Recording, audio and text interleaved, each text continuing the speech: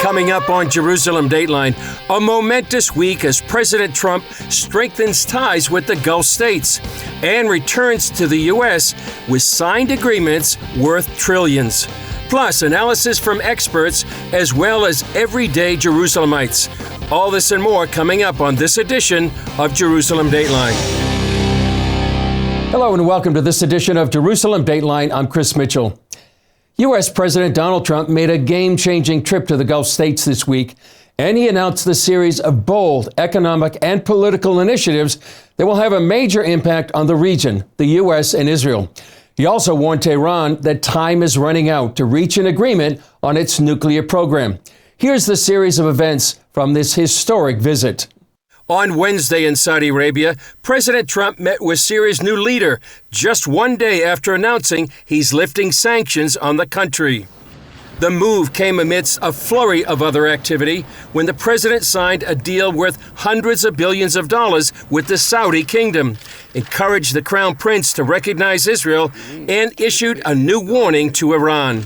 The deals with Saudi Arabia amount to about $600 billion, including a $142 billion arms agreement. At the Saudi Investor Conference, President Trump said he hopes Saudi Arabia will join the Abraham Accords. It's my fervent hope, wish, and even my dream that Saudi Arabia, a place I have such respect for, especially over the last fairly short period of time, what you've been able to do, but will soon be joining the Abraham Accords. But it will be a special day in the Middle East with the whole world watching when Saudi Arabia joins us, and you'll be greatly honoring me, and you'll be greatly honoring all of those people that have fought so hard for the Middle East, and I really think it's going to be something special, but you'll do it in your own time. He also criticized the regime in Tehran and blamed it for much of the turmoil in the Middle East.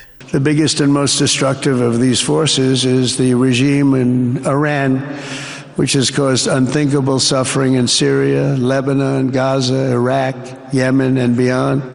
And he issued an ultimatum. I want to make a deal with Iran. If I can make a deal with Iran, I'll be very happy if we're going to make your region and the world a safer place. But if Iran's leadership rejects this olive branch and continues to attack their neighbors, then we will have no choice but to inflict massive maximum pressure, drive Iranian oil exports to zero like I did before, and take all action required to stop the regime from ever having a nuclear weapon. Iran will never have a nuclear weapon. Trump also announced the U.S. has taken steps to normalize relations with Syria and will lift sanctions at the urging of Saudi Crown Prince bin Salman and Turkish President Erdogan. In his meeting with Syrian President al-Shara Wednesday, Trump encouraged him to join the Abraham Accords and to tell all foreign terrorists to leave Syria. However, some question if al-Shara, a former al-Qaeda commander, can be trusted. He don't change. His speak may be moderate, but particularly in facts, he is a radical Sunni man. I talked to people, this radical group, they said we will make our country Islamic Republic. Cito says minorities in Syria are fearful of the new government. We need protection. All these countries supported radical Islam, radical Sunni groups in Syria. We are in fear. They have to help us to protect us for radical Islam. During Wednesday's state dinner in Qatar, Trump called on the emir to use his influence with Iran to help make a deal and warned time is running out for Iran to make a decision. I mean, we have two courses. There's only two courses. There aren't three or four or five. There's two. There's a friendly and a non-friendly. And the non-friendly is a violent course, and I don't want that. I'll say it up front. I don't want that. But they have to get moving. A recent report from NBC News says Iran is ready to make concessions in its nuclear program in exchange for lifting sanctions. The report quotes a top nuclear advisor to the Ayatollah as saying Iran would commit to not making nuclear weapons, disposing of its highly enriched uranium, and allow international inspectors to supervise its process of enriching uranium for civilian use. However, Iran's president publicly criticized President Trump's statements and says his country will not bow to any bully. Trump and Sheikh Al Thani, the Emir of Qatar, signed both economic and defense agreements. Al Thani called Trump's visit historic. I think after signing these documents, we are going to another level of relationship between Qatar and the United States. So I just wanted to thank you, Mr. President, again for this historic visit. There are also concerns about the U.S. moving closer to a country known for supporting terror groups. In 2022, the Biden administration designated Qatar as a major non-NATO ally, a designation that carries military and economic privileges. Qatar also hosts CENTCOM, the largest U.S. base in the Middle East. But Yigal Karmon, founder of Memory.org, says Qatar also hosted Hamas leaders for years, sponsors Islamist terror, and helped build up Hamas. Qatar gave them billions of dollars over the years. They became a tiny empire, military empire. All the missiles to Tel Aviv, all the almost 40,000 weapon holders, killers, all the drones, all the motorcycles, what have you, all their equipment, everything, every single missile is Qatar. So Qatar is Hamas, Hamas is Qatar. They go together. CBN's Raj Nair spoke with Middle East analyst Eric Stackelbeck about President Trump hoping Syria's new president will join the Abraham Accords.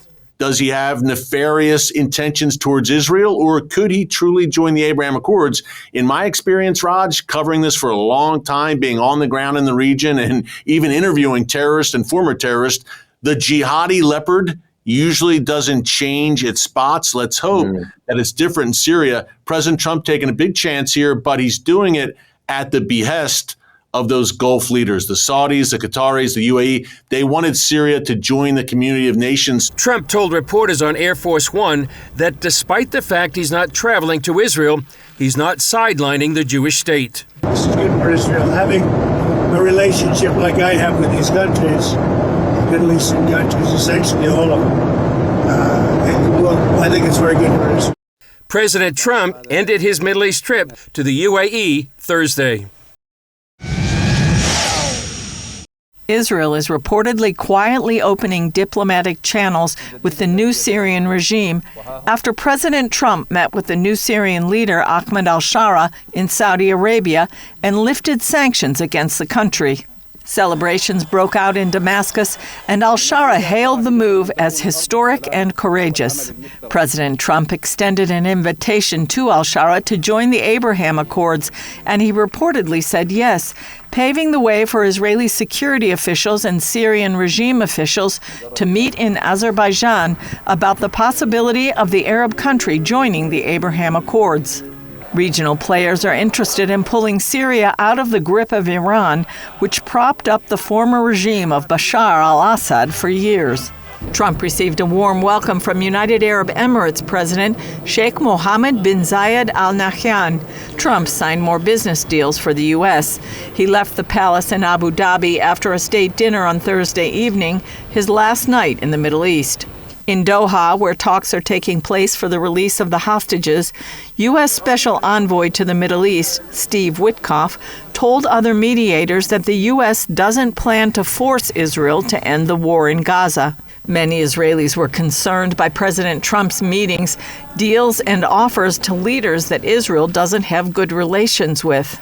But Eli Piepsh of the Israel Defense and Security Forum says he believes Trump is a huge friend of Israel, and Trump is just trying to project a strong American foreign policy. That doesn't mean that President Trump doesn't value the interests of its strong ally, Israel. And I think President Trump has made it clear that values Israel as an ally, sees Israel and the U.S. fighting the same war against the same enemies.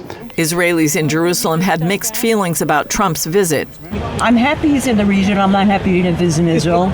I mean, you have to take it a little bit of an affront. I'm grateful that he done Alexander released. He's going to do big business over there, so I don't think it's got to do with Israel anything, because he's a friend of Israel. Julie Stahl, CBN News, Jerusalem. Coming up, reactions from people in Jerusalem to President Trump's Middle East visit and their hopes for Israel.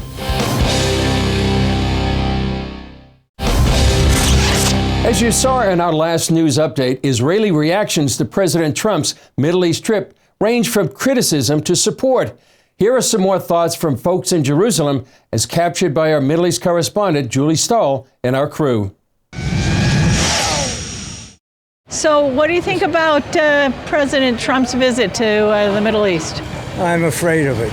It doesn't smell good for Israel. He's doing very good things for the Middle East. We try to make peace between the countries, and I hope they succeed.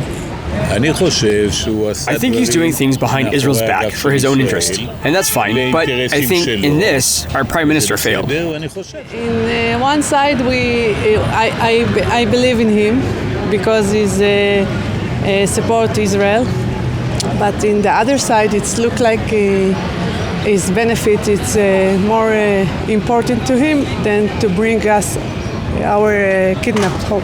It's very dramatic. Definitely very dramatic, and it seems that might be actually some very good results. But again, with Trump, you never know. Will it be good for Israel? He will be good more. Step by step, it will be okay.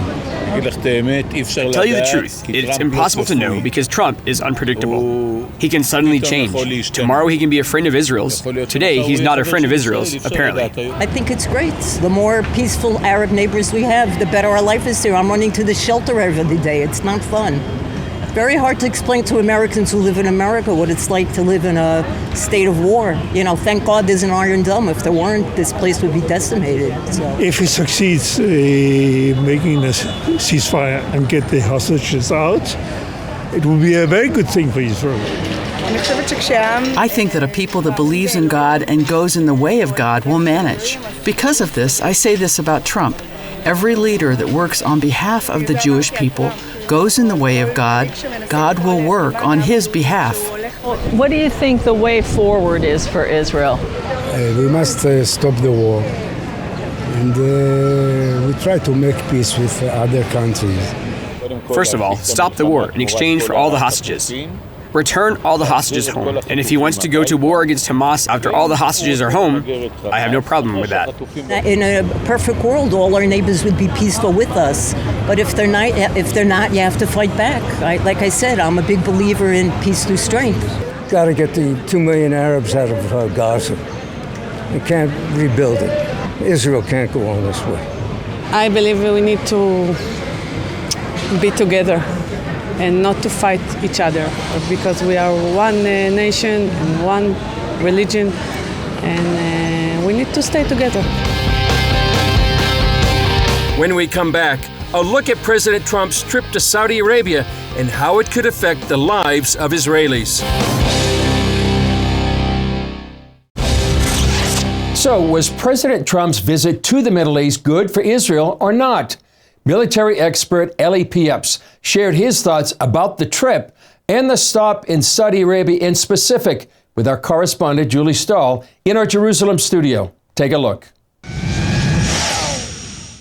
Eli Pieps, thank you for joining us on Jerusalem Dateline. Now, President Trump has supposedly made this deal with Saudi Arabia. Now, Saudi Arabia is not really a friend of Israel's, though there's been talk of maybe it joining the Abraham Accords. How should Israel be viewing this huge deal with Saudi Arabia? I think Israel views this deal with a certain amount of caution. Anytime arms are coming into the Middle East, even if we have a friendly regime right now, who knows what that regime will look like in 5, 10, 20 years from now. The first round of Abraham Accords, it was so out of the blue. Nobody was thinking about it other than the Trump administration. And it was this unique relationship between Israel, the Gulf countries that made the peace, made the normalization, and the US. What Saudi is getting right now seems to be a lot of the things that they had wanted in a potential normalization with Israel, in that agreement, a three-way deal. And in some ways you could say, well, this is very problematic. Saudis are getting all of the things that they wanted from the US, but they haven't had to make the offer of normalizing ties with Israel. The reason why I think ultimately it is actually beneficial is that long term, when Israel and Saudi Arabia normalize relations, it needs to be seen, this is not because they were coerced by the big brother, the US. It's because it was a Saudi Arabian interest to normalize a relation with Israel. Not because they needed anything else. Everything else was already given to them. And I think that what's happening is that within the Arabian Peninsula, there are many more countries that understand that their future needs to be tethered to Israel. It'd be nice to get some other benefits from the US, some credibility from the US, maybe some weapons from the US, but ultimately the most important thing is that normalization. And when normalization between Saudi and maybe some other countries comes with Israel, whether it's this year, whether it's in 5 years or 10 years. That's the momentum, that's the trajectory that we're on. When it happens, it will be clear is because those countries' interests is in tethering their future together with Israel, and that needs to be clear. Now, Saudi Arabia has said publicly that they'll only join the Abraham Accords if Israel commits to a Palestinian state. And now Mahmoud Abbas, PA president, is in Saudi Arabia with President Trump there. How should Israel be viewing all this? So, the great question, and I think there is some confusion about the Saudi Arabia's position on the Palestinians, and certainly I am not going to speak for Saudi Arabia, but I think from the conversation that I'm having and that I'm aware that others are having, it's not that the Saudi Arabians want to create a Palestinian state. That the Saudi Arabians don't want to do anything that harms the Palestinian narrative, which there's a lot of empathy and sympathy amongst the Saudi public for the plight of the Palestinians. And frankly, you look, putting October 7th aside, which is very hard to do in Israel, but if you just look from a humanitarian perspective, certainly there are people who are caught up, and in any violent conflict, there are many, many casualties, and it creates a certain amount of sympathy throughout the Middle East. That's understandable. But ultimately, if there is going to be a normalization between between Israel and the Saudi Arabia, which I believe, and I believe the Saudis believe, is in their interest, they cannot allow a powerful and influential Palestinian narrative to constantly be able to rise its head and try to throw a wrench into the works. So creating a Palestinian state actually is extremely problematic. Because unless you really think that a Palestinian state is going to be benevolent, is going to be peaceful, is going to live alongside Israel, which nobody really believes, that you'll have a Palestinian state that has all of the legitimacy of a nationality in international arenas, and they would have a lot of influence to be able to stop or to at least hinder the growing ties between Israel and Saudi Arabia. So it's not that they want to help create a Palestinian state. They want Israel to resolve the Palestinian conflict, which does not need to end in a state. But right now, one of the ways they can do so without giving a state is give some respect to Mahmoud Abbas. They don't want to be perceived in the Arab world as undermining the Palestinian narrative. Eli Piepsh, thank you so much for your insights. Up next, When the Stones Speak, Doron Spielman's new book about archaeological discoveries at the City of David. Our friend and former IDF international spokesman Doron Spielman has just written a book that some might consider dangerous because it refutes the narrative that Jews in Israel are colonizers. It's called When the Stones Speak, and he explained why its message is thought to be so disruptive. Doron Spielman, great to be with you again. You wrote a book called When the Stones Speak, The Remarkable Discovery of the City of David and What Israelis' Enemies Don't Want You to Know. We go back 20 years or more. We've been doing interviews there at the City of David. So why did you write the book? Chris, you know, you and I have seen things, and I think your audience has seen things that around the rest of the world they haven't seen, which is that there's an incredible gem that has come to life after thousands of years, which is the actual city of Jerusalem from the Bible. And that is not what we thought was the old city. It's the small city of David founded by King David outside the walls of the old city. And with all the biblical discoveries that have brought the Bible to life, things like the seals from the book of Jeremiah and evidence of King David, there has been an attempt, as we know, by certain people who've tried to hush this story. They don't want the Bible to come to life because they feel if the Bible comes to life, then Israel comes to life. And these are people who are against Israel. The reason I wrote the book, Chris, is because every time you reach in the ground and you have a piece of pottery and it sends out a shockwave to Israel's enemies, the rest of the world needs to know the truth.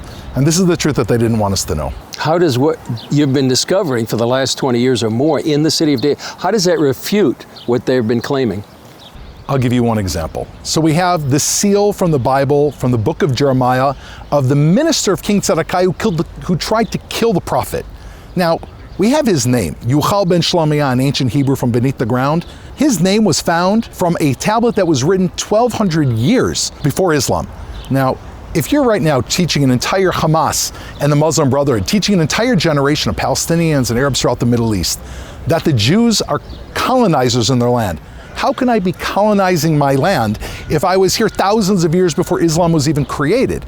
And so while we love to dig and we want to dig everywhere because we want the stones to speak, we want to let them speak, Israel's enemies, that is the most dangerous message for them because it calls out their lie. It calls out the narrative that the Palestinians have been here forever, which is not true, and that the Jews are newcomers. We are not newcomers. When you listen to the stones speak, we go back to the time of the Bible, and it's happening today in Israel. The seal is one thing, but there's been some amazing discoveries, including the Pool of Siloam, and talk about some of the really major ones, not just that's minor, but there's some amazing excavations going on in the city of David, even today. There are, and I will tell you, from the Pool of Siloam, we found the most miraculous discovery in the city of David, I think, which is the underground thoroughfare, the road that led you from that pool all the way up those stone steps into the gates of the temple. It's like walking into the gates of heaven. And you walk along this road and we're digging it day by day and there's homes off to the side. And one of our excavators reached down and pulled out of the ground a golden bell with the chime in it. And I was one of the first people to hold it in my hands. And that golden bell is written about in the book of Exodus, where it talks about the high priest in the temple, in the precinct of temple, in the holiest day of the year, next to the Ark of the Covenant. He wore a garment that had bells on them. We found the actual bell of the high priest of Jerusalem on the pilgrimage road right next to the temple. I mean, what could be better than this? And that's one of many, many discoveries that have been uncovered, that when you open the Bible and you walk, it's not just reading, it's literally alive. It's real. And that is what the city of David is. That's why I've written the book, because every person has a calling. And when you are in the city of David, you listen to those stones, they're telling stories. They haven't forgotten. They were covered. They waited for thousands of years. But now that Israel's right to the land is being challenged, now they're being unearthed. If that's not God, I don't know what is God. As a Jew, when you hold the bell, when you see all these things, how does it make you feel? You know what I said to my kids? They asked me a similar question. What does all this mean? They saw the book. I said, you know what it means? You're not here because of 1948, the Independence War. You're not here because of some Balfour Declaration or the United Nations. We are here because we were here from the time of the Bible. We are living a continuum in the state of Israel today. This country is not 77 years old. It's 3,000 years old. And when you realize that, then you're willing to fight and, if need be, die for this country. And that's what this means for me. Final question, what do you want people to take away? What you take away from this is a sense of strength of those who defend the Bible. There's an assault on the Bible. And the city of David is the most dangerous thing for those deniers. Each one of us has a mission. This is the story they didn't want us to tell. Pick up the book and read it, and then tell the story about the Bible. Talk about the proof. Talk about the fact that Jews, and by extension, Christianity and Western values, are indigenous to the state of Israel. That's the message, that we were here and we are home now. Well, congratulations on the book, Doron. Great job. Thank you so much, Chris. Well, that's all for this edition of Jerusalem Dateline. Thanks for joining us. And please keep praying for Israel at this critical time, for wisdom for our leaders, for IDF soldiers, and all those caught in harm's way, and for all of the hostages to come home safely. I'm Chris Mitchell. For all of us here at the Jerusalem Bureau, we'll see you next time on Jerusalem Dateline.